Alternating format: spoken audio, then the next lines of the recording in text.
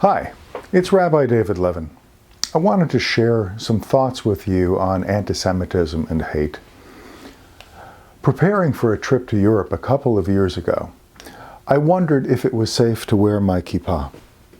I regularly wear one as a means of publicly identifying as a Jew, but I questioned if that was the correct statement to make as politics and anti-Semitism were heating up, particularly in Hungary with Viktor Orban's attacks on George Soros.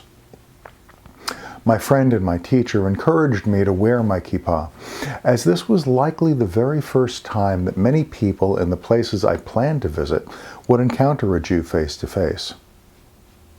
I decided to take his advice, keep my kippah on my head, and see what would happen. In Budapest, my kippah introduced me to someone who confided in me and shared his extraordinary story as a survivor.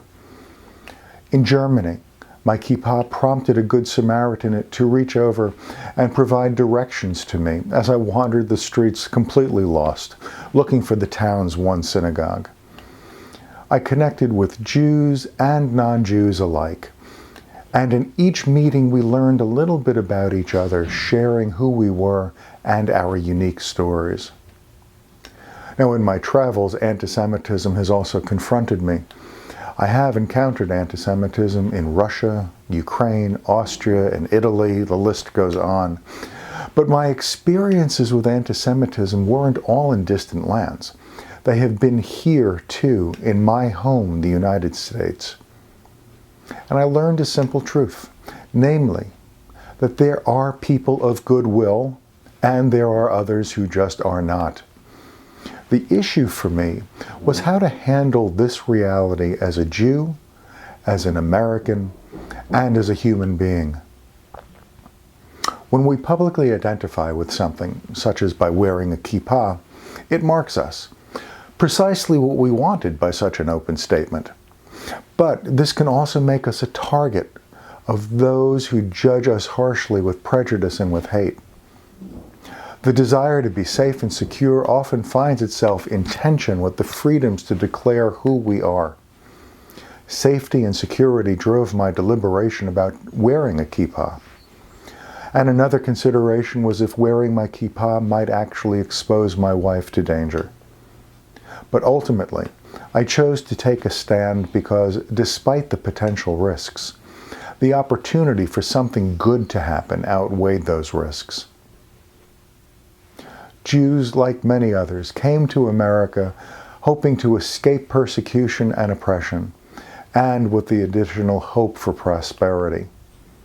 For many, assimilation was the path towards fitting in and becoming American. And for others, we concluded that our Jewishness needed to be part of our identity, not something sublimated nor denied. What does it say about our understanding of our place here in the United States if we find that security comes at the expense of our identity? Now, there was a time when conformity and compliance were the choices that we made in attempting to be secure. And many of us have believed that we had come to the place where we've been accepted regardless of whether we identify or how we identify with our Judaism. Many of us thought that the days of racism and hatred against us were something of the distant past. But sadly, that just is not so.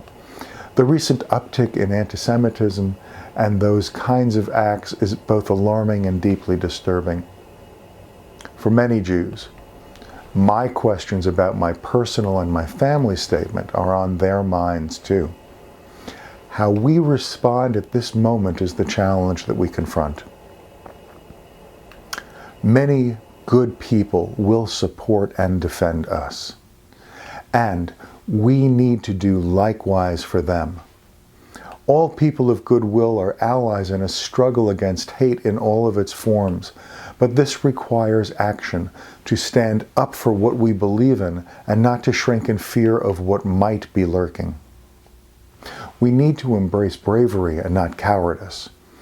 It's hard to step into the fray, but everything we cherish is at stake. So I will wear my kippah proudly, hoping that I will make new friends along the way. Thank you for taking a few moments to listen to me. This has been Rabbi David Levin, and I look forward to speaking with you again soon.